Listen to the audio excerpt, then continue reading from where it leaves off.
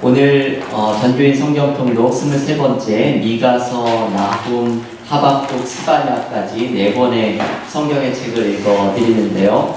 이 각각의 책마다 아주 귀중한 말씀들이 많이 있지만 우리가 한 30분 안에 묵상을 하기 위해서 책마다의 중요한 메시지들만 좀 제가 골라보았습니다. 먼저 미가서부터 말씀을 나눠보면요. 미가는 주전 8세기 그 동시대에 활동했던 예언자들은 아모스, 호세아, 이사야와 같은 사람들이 있었던 시기에 활동을 했던 사람이지요. 성경에 자기의 이름이 등장하는 그 사람들이 몇 명이 있는데 그 중에 한 명이 미가입니다. 미가의 이름의 뜻은 누가 주와 같은가? 미가서 7장 18절에 이 말씀이 등장을 하지요. 이 이름의 뜻이 소개하는 것처럼 누가 주와 같은가? 이거는 수사학적인 질문입니다. 주와 같은 분은 없다라는 대답이 전제되어 있는 그런 질문이지요.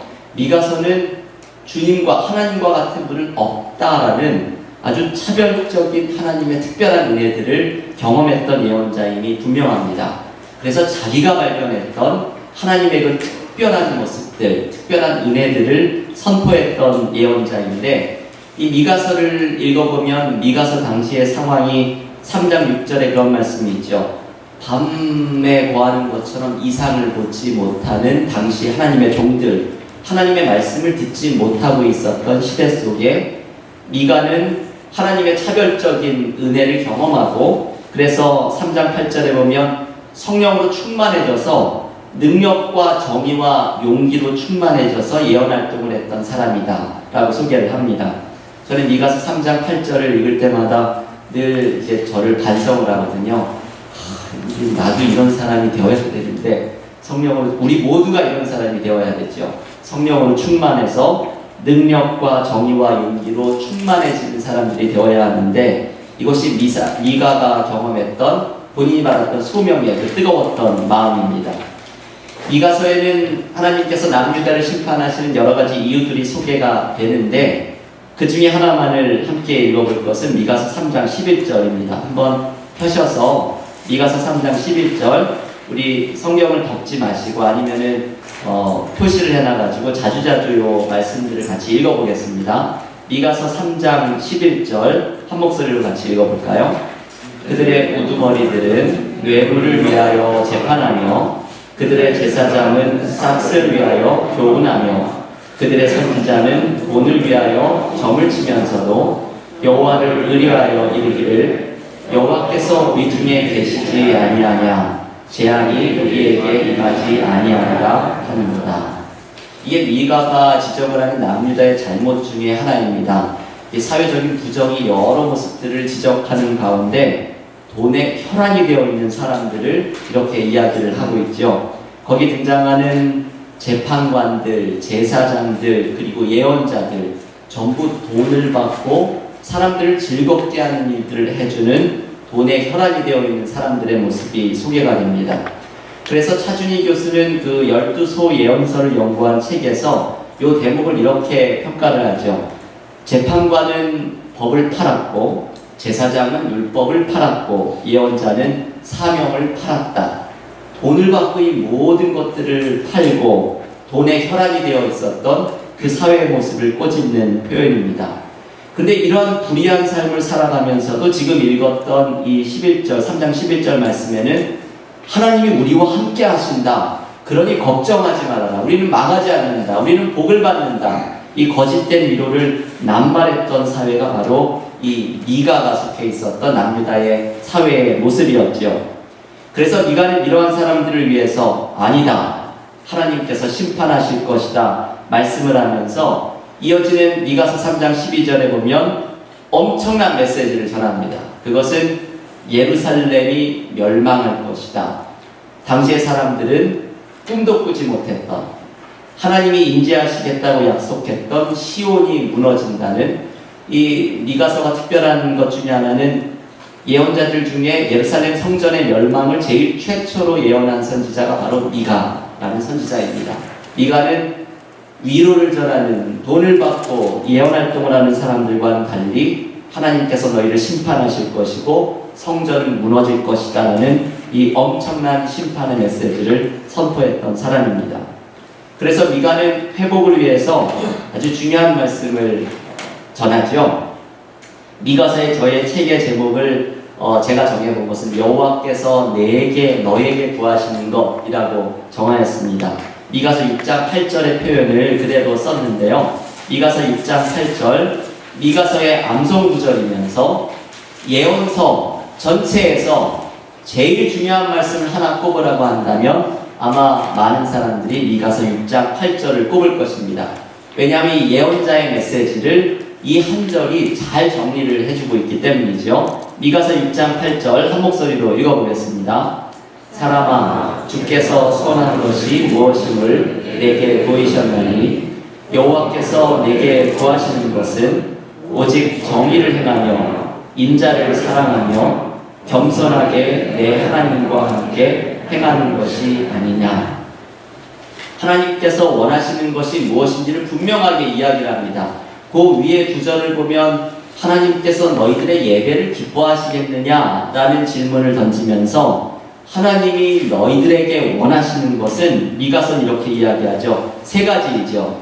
정의, 그리고 거기 인자라고 표현한 거는 우리가 성경에 예수님을 인자라고 표현해서 자꾸만 헷갈리기 때문에 이 인자는 사람을 뜻하는 것이 아니라 그 인애, 사랑, 긍휼, 우리 전도사님께서 2주 전에 헤세드라는 주제를 룻기를 통해서 설교하셨죠. 바로 그 헤세드를 이야기하는 인애라고 번역이 되는 표현입니다. 그리고 하나님과 동행하는 믿음의 삶을 이야기하죠. 하나님께서 원하시는 것은 정의를 실천하고 긍휼을 베풀고 하나님과 겸손히 동행하는 믿음의 삶을 살아가는 것, 이것이 아모스와 호세아와 이사야가 이야기하는 이 예언자들의 메시지를 종합해 놓은 말씀입니다. 여러분, 이게 얼마나 귀중한 말씀입니까? 하나님께서 나에게 원하시는 것은 정의와 긍휼과 믿음을 실천하는 삶을 살아가는 것이라는 것이죠. 이게 예수님께서도 마태복음 23장 23절에서 정확히 똑같은 표현으로 정의와 긍휼과 믿음을 실천하는 삶을 살아갈 것을 강조하십니다. 오늘 미가서에서 우리가 가장 중요하게 묵상해야 되는 메시지가 바로 이것입니다.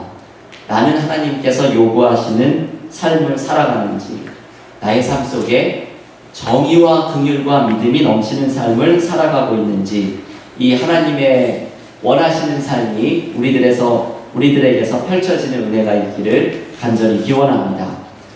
미가서는 이제 이 심판의 말씀에 이어서 회복에 대한 말씀으로 넘어가죠. 모든 예언서들은 그 마지막 말이 회복의 말씀으로 마치게 되는데요. 대표적인 말씀이 미가서 7장 18절부터 20절의 말씀입니다. 이 말씀 한번 마지막으로 찾아서 읽어보겠습니다. 미가서 7장 18절부터 20절 한 목소리로 읽겠습니다. 주와 같은 신이 어디 있으리까? 주께서는 죄악과 그 기업의 남은 자의 허물을 사유하시며 인애를 기뻐하심으로 진노를 오래 품지 아니하시나이다. 다시 우리를 불쌍히 여기셔서 우리의 죄악을 발로 밟으시고 우리의 모든 죄를 깊은 바다에 던지시리이다. 주께서 옛적에 우리 조상들에게 맹세하신 대로 야곱에게 성실을 베푸시며 아브라함에게 인애를 더하시리이다. 여러분, 이 7장 18절부터 20절의 이 말씀은 이 구절구절을 곱씹어야 되는 사실 말씀들입니다. 여기에는 하나님의 속성, 하나님의 성품에 대한 이야기들이 많이 소개가 되죠. 제가 정리를 해드린 것처럼 인애, 진노를 오래 품지 않으심, 불쌍히 여기심, 성실하심, 이런 것들이 하나님의 속성으로 미가가 이야기하는 모습입니다. 그런데 이스라엘 백성들이 이러한 심판의 많은 이유들 속에서 회복의 은혜를 경험할 수 있었던 것은 그들 편에 어떤 선한 것 때문이 아니라 하나님의 이 속성 때문이죠. 우리를 사랑하시고 노를 오래 품지 않으시고 우리를 긍휼히 여기시고 약속하신 것에 신실하신 이 하나님의 성품 때문에 이스라엘 백성들은 회복이 될 것이다 라는 메시지를 미가가 전합니다. 이제 이 말씀, 이 메시지가 똑같이 스바냐에 다시 한번 등장을 하는데요. 저는 이게 참 너무나 은혜로운 말씀인 것 같아요. 만약에 우리 편에 어떤 좋은 점이 있어서 가능성이 있어가지고 내가 회복될 수 있는 자격이 있다고 한다면 우리는 모두 다 망한 사람들입니다. 우리 편에 뭐 그렇게 좋을 만한 게 나올 것이 없습니다. 우리의 가능성이 그렇게 우리가 무언가를 회복해낼 가능성을 가지고 있는 사람들이 아닙니다. 근데 성경에서 일관되게 이야기하는 것은 우리 편의 가능성 때문이 아니라 하나님의 가능성으로, 하나님의 성품으로, 하나님의 약속 때문에 우리에게 회복의 은혜가 찾아올 것이라는 이 약속의 말씀을 주고 계시죠. 제가 디모데후서 2장 13절의 말씀을 거기 써드렸는데요. 한번 제가 읽어드리겠습니다. 디모데후서 2장 13절.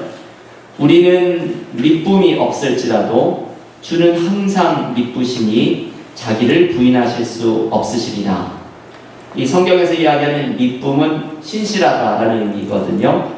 우리는 신실한 것이 없을지라도 하나님 앞에 늘 넘어지고 쓰러지고 시험에 들고 약한 것이 가득한 우리들일지라도 하나님은 항상 신실하셔서 우리는 신실하지 않지만 하나님이 신실하셔서 우리는 회복이 될 수 있다라는 이 디모데후서 2장 13절의 귀중한 말씀입니다. 이게 정확히 미가가 이야기하는 우리의 회복의 근거이지요. 하나님의 성품을 의지하면서 우리에게 회복의 은혜를 주시겠다는 하나님의 은혜를 붙잡고 나아가는 우리가 될 수 있기를 기원합니다. 두 번째 책 나훔으로 넘어갈 텐데요. 제가 이 말씀 아주 짧게 넘어가겠습니다. 나훔은 그 1번에 제가 써드린 것처럼 메시지가 간단하죠. 니느웨의 멸망을 예언을 하고 있습니다. 이 니느웨가 멸망하고 실제로 이 나훔의 선포대로 니느웨가 망했다고 하는 사실은 하나님께서 완전 초강대국이었죠. 지금으로 치면 미국과 같은 나라이죠. 그 나라가 멸망할 것이다라는 나훔의 메시지가 선포되었던 것은 이 역사를 주관하시는 분은 하나님이시다라는 것을 가르쳐주는 메시지가 기본적으로 담겨 있습니다. 그런데 나훔에서 우리가 묵상을 해야 되는 것은 바로 우리가 지난주에 묵상했던 요나의 메시지와의 대조이죠. 요나에게서 하나님께서 주셨던 메시지는 니느웨가 멸망할 것이다 했는데 요나의 선포 이후에 멸망하지 않았고, 그리고 나훔의 선포 니느웨가 멸망할 것이다라는 메시지에는 니느웨가 멸망하는 이 차이가 어디에서 등장을 하는가, 이 메시지는 어디에서 나오는가, 이 두 하나님의 모습, 노하기를 더디하시는 하나님 그리고 심판하시는 하나님의 모습을 결정하게 하는 모습은 무엇인가? 그것은 바로 진정한 회개이지요. 요나서에는 니느웨가 돌아섰다는 이야기가 등장하지만 나오면 그것이 등장을 하고 있지 않습니다. 진노하시는 하나님 그리고 오래 참으시는 하나님, 이 두 하나님의 모습 사이에서 어떤 하나님을 경험하는가 하는 것은 바로 진정한 회개이죠. 그래서 나훔의 귀중한 메시지는 회개가 살 길이다 라는 메시지입니다. 우리가 진정한 회복이 시작되는 그 첫 출발은 언제나 회개로부터 시작해야 한다는 것, 이 나훔의 메시지를 우리가 깊이 들을 수 있기를 원합니다. 넘기셔서 하박국으로 한번 넘어가 볼까요?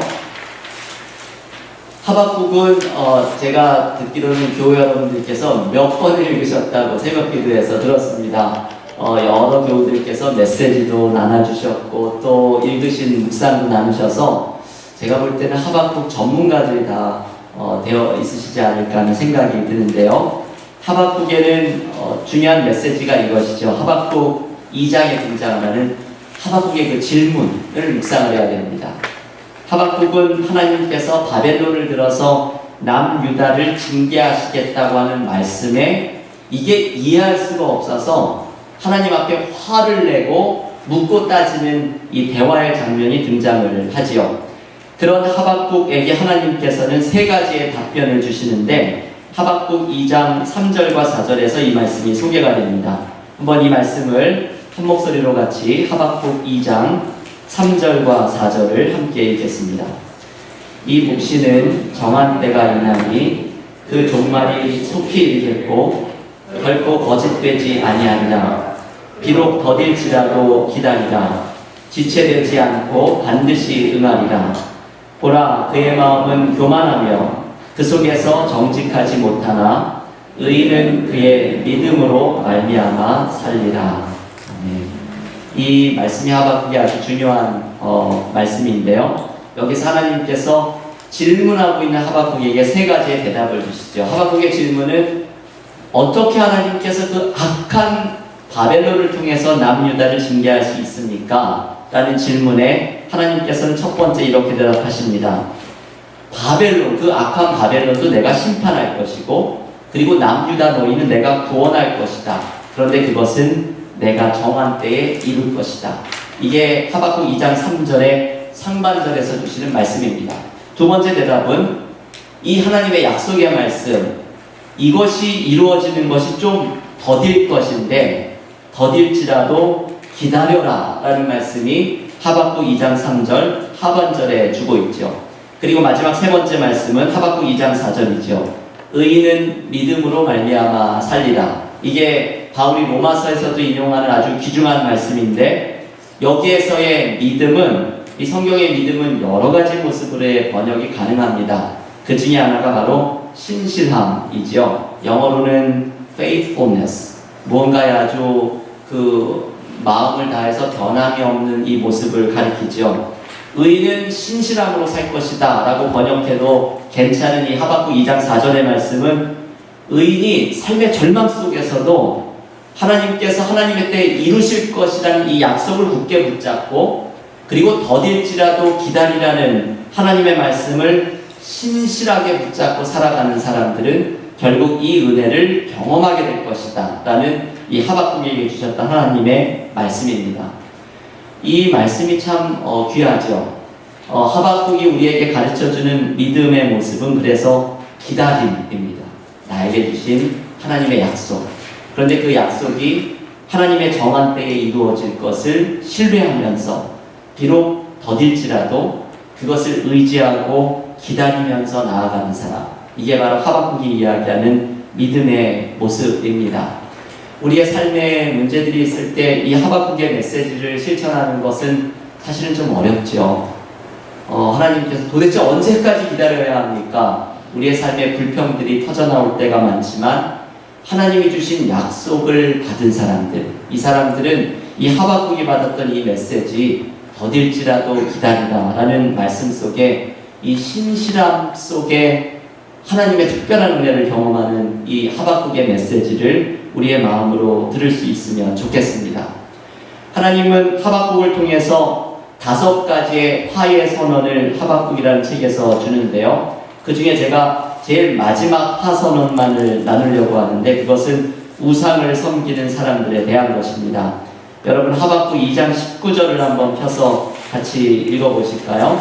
우상을 섬기는 사람들의 모습을 하박국 2장 3절은 이렇게 소개를 하고 있습니다. 함께 읽겠습니다. 나무에게 깨라 하며 말하지 못하는 돌에게 일어나라 하는 자에게 화 있을진저 그것이 교훈을 베풀겠느냐. 보라, 이는 금과 은으로 입힌 것인즉 그 속에는 생기가 도무지 없느니라. 이게 어떤 모습인지 아시겠죠?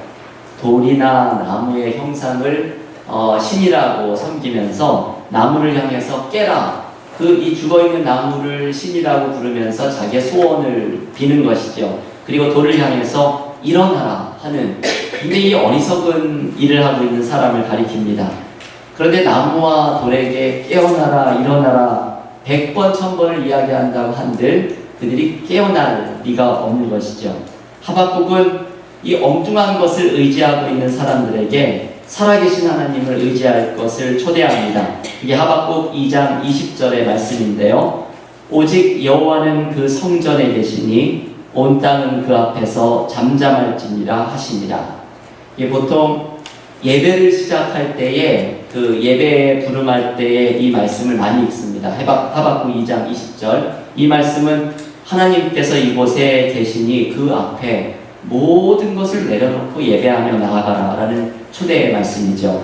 하박국 2장 20절의 이 말씀은 너희가 죽어 있는 것을 향해서 깨어나라 일어나라 어리석게 외치는 자가 되지 말고 살아계신 분, 우리가 일어나십시오 깨어나십시오 초대할 필요도 없는 이미 살아서 임재하고 계시는 하나님 앞에 네가 의지하고 있는 것, 헛된 우상을 모두 내려놓고 하나님을 의지하는 것, 이것이 삶의 문제를 해결하는 방법이라는 것을 가르쳐 줍니다. 내 삶에 하나님께서 이렇게 함께 하시고 그래서 내가 잠잠히 하나님을 의지하는 것을 배우게 되면 하박국의 마지막 메시지를 우리가 함께 공감할 수 있게 되죠. 하박국 3장 17절부터 19절에 하박국의 감사가 소개가 되는데요. 너무나 유명한 말씀이지만 한번 같이 마지막으로 읽어보겠습니다. 하박국 3장 17절부터 19절 함께 읽겠습니다. 비록 무화과 나무가 무성하지 못하며 포도나무에 열매가 없으며 감람나무에 소출이 없으며 밭에 먹을 것이 없으며 우리의 양이 없으며 외양간에 소가 없을지라도 나는 여호와로 말미암아 즐거워하며 나의 구원의 하나님으로 말미암아 기뻐하리로다. 주 여호와는 나의 하나님이시라. 나의 말을 사슴과 같게 하사 나를 나의 높은 곳으로 다니게 하시리로다. 아멘.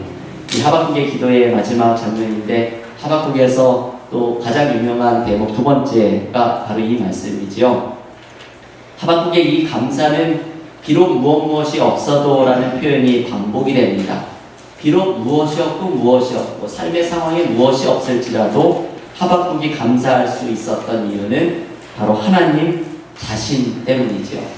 자기의 삶에서 모든 것을 빼앗긴 순간에도 가장 중요한 것, 하나님 자체를 소유했다는 깨달음에서 하박국의 감사가 나타납니다. 이게 아까 2장 20절의 말씀하고 이어지는 것이죠. 하나님이 내 삶에 함께 하시는 것을 경험하고 그 앞에 잠잠히 무릎 꿇었던 사람들은 하나님의 살아계심 속에서 삶에서 무엇이 없고 무엇을 빼앗겼던 순간에도 나의 소망인 하나님이 있다는 것으로 감사할 수 있는 삶으로 나아갈 수가 있게 됩니다. 이게 하박국이 보여주었던 믿음입니다. 하박국의 이 두 가지의 메시지가 참 중요하죠. 더딜지라도 기다리라. 믿음은 기다림이라는 것. 그리고 하나님이 내 삶에 함께 하시는 걸 발견하고 깨달을 때 모든 것을 빼앗긴 순간에도 내가 하나님이라는 소망을 가진 사람이라는 것을 깨닫게 된다는 것. 이게 하박국의 감사로 나아가는 이 메시지가 우리의 삶에서도 믿음 가운데 또 은혜 가운데 고백될 수 있기를 기원합니다. 마지막 스바냐의 말씀을 읽을 텐데요. 이 스바냐는 메시지가 여호와의 날이라고 하는 메시지를 전해줍니다. 이거는 심판이죠. 하나님의 여호와의 날이, 심판의 날이 있을 것이다 라는 메시지인데 스바냐의 메시지를 제일 분명하게 드러내는 구절을 한 절만 꼽으라면 스바냐 2장 3절입니다. 한번 그 말씀을 같이 읽어보겠습니다. 스바냐 2장 3절 말씀 함께 읽을까요? 여호와의 규례를 지키는 세상의 모든 겸손한 자들아, 너희는 여호와를 찾으며 공의와 겸손을 구하라. 너희가 혹시 여호와의 분노의 날에 숨김을 얻으리라. 여기 역시 여호와의 분노의 날이 등장하죠. 여호와의 날, 여호와의 분노의 날 모두 심판의 날을 의미합니다. 근데 스바냐는 이 하나님의 심판의 날을 앞두고서 지금 이 2장 3절의 말씀, 너희가 공의와 겸손을 가지고 하나님을 찾으면 혹시 너희가 여호와의 분노의 날을 피할 수 있을지도 모른다 라는 메시지를 전하는 것이 바로 이 스바냐의 메시지이죠. 여기서 이 혹시라는 표현이 중요합니다. 이게 스바냐가 우리에게 가르쳐주는 믿음의 모습은 혹시이지요. 우리가 하나님 앞에 겸손히 행하고 하나님을 간절히 찾고 구한 후에 내가 이제는 받을 자격이 있다. 하나님은 내가 이렇게 금식하고 새벽 기도를 했는데 왜 주지 않으시느냐 라고 이야기하는 것이 아니라 스바냐가 우리에게 가르쳐주는 믿음의 태도는 우리가 겸손히 하나님을 구한 다음에 혹시 하나님께서 우리에게 은혜를 베풀어 주실 것을 간구하며 나아가는 것, 이게 믿음의 모습이라고 스바냐는 가르쳐 줍니다. 그런데 이 여호와의 심판의 날을 피할 수 없는 여러 가지 심판의 모습들을 스바냐는 소개를 해주는데요. 우리가 지난 토요일에 묵상을 했던 메시지 다시 한번 이 말씀을 읽어봐야 할 텐데요. 스바냐 2장 몇 절 말씀이죠? 1장 12절 말씀을 한번 같이 읽어보겠습니다. 남유다 백성들의 이 심판의 모습, 잘못된 모습의 하나를 2장 11절에서 1장 12절에서 이렇게 이야기해 주죠. 1장 12절 함께 읽겠습니다. 그때 내가 예루살렘에서 찌꺼기같이 가라앉아서 마음속에 스스로 이르기를 여호와께서는 복도 내리지 아니하시며 화도 내리지 아니하시리라 하는 자를 등불로 두루 찾아 벌하리니. 여기에 두 가지의 메시지를 제가 소개해 드렸는데, 하나는 예루살렘에서 찌꺼기같이 가라앉은 자들이죠. 마치 포도주에 침전물이 가라앉는 것처럼 그 바닥에 가라앉아서 고착되어서 신앙생활이 변화도 없고 감동도 없고 하나님이 원하시지 않는 삶의 모습에서 조금도 돌아서려고 하지 않는 이 찌꺼기가 완전히 가라앉아서 달라붙어 있는 것 같은 신앙인들의 모습을 가르쳐 줍니다. 이들이 마음속에 이런 말을 하지요. 여호와는 복도 내리지 아니하시며 화도 내리지 아니하신다. 이것은 하나님은 내 삶에 아무런 관계가 없다는 것을 이야기하니 불신앙의 모습입니다. 지난 토요일에 이런 사람들을 실제적 무신론자라고 부른다고 했죠. Practical Atheist라고 영어로 표현하죠. 그냥 에이티스트는 하나님이 없다, 하나님을 믿지 않는다라고 하는 사람들이지만, 이들은 하나님을 믿는다라고 이야기를 하지만 실제에 있어서는 하나님은 나에게 복도 주지 않고 어떤 것도 하실 수 없는 분이다. 이 불신앙을 가지고 있는 마음속에 은밀하게 품고 있는 사람들을 이야기합니다. 스바냐에 이야기하는 1장 12절의 마지막 메시지는 12절 마지막에는 하나님이 등불로 두루 찾아 벌하시는 모습이죠. 어둠 속에 숨어서 위선을 가지고 혹은 낮에는 하나님을 찾는 사람처럼 행동하지만 자신의 밤에 혹은 삶의 어두운 구석 속에 숨어버리는 자들을 하나님께서 등불을 들고 찾아내시는 이 하나님의 이미지가 소개가 됩니다.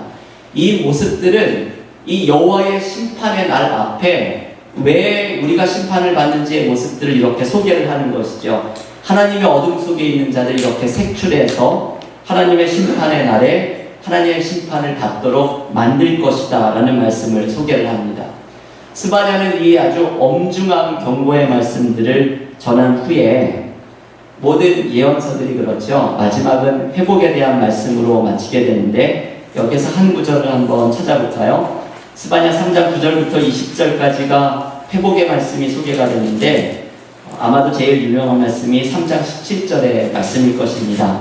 스바냐 3장 17절 우리 마지막으로 한 목소리로 읽겠습니다.